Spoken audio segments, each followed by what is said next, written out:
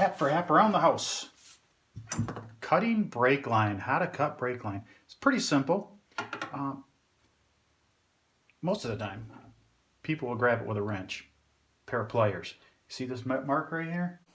That's from grabbing it with pliers, and that takes off your coating. You don't want to take coating off because after you're done doing these brake lines, you do not want it to rust because you're not going to want to go underneath that car for a couple months at least after doing a brake line because brake lines are not fun. But to cut a brake line is pretty simple. What you do is, this is a Titan double flare. Awesome tool. Any tool I talk about will be down below in the description through Amazon.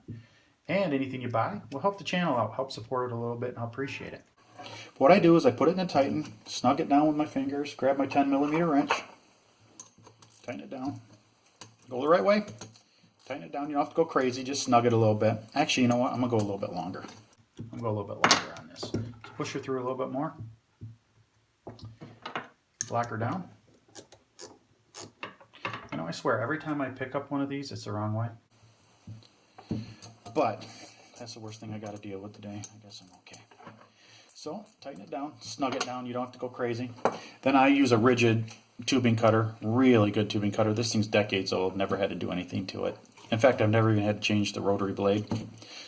So what you do is you put it on, you just snug it down. Just snug it down. You don't have to go crazy, otherwise you crush the brake line. You don't want to crush the brake line.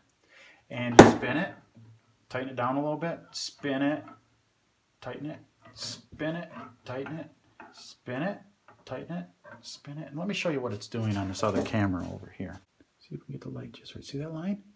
That little blade, that circular blade, that round blade is actually pushing through the steel and cutting and also pushing it down into the tubing.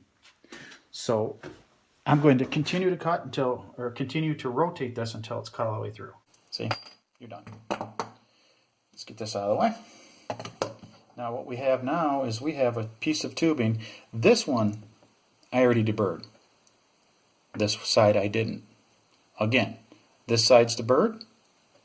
This side isn't. Now there's some question to should you deburr this or not. And I'm of the opinion that you don't need to deburr it.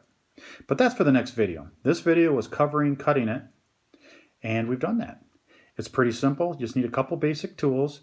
I think you're looking at about $50, $60 worth of tools, what I just used to do this, and they're going to charge you $300 to do a brake line because nobody wants to do them because brake lines suck. Hap for hap around the house. If you liked the video, hit the like button. Consider subscribing to our channel. We'll see you next time.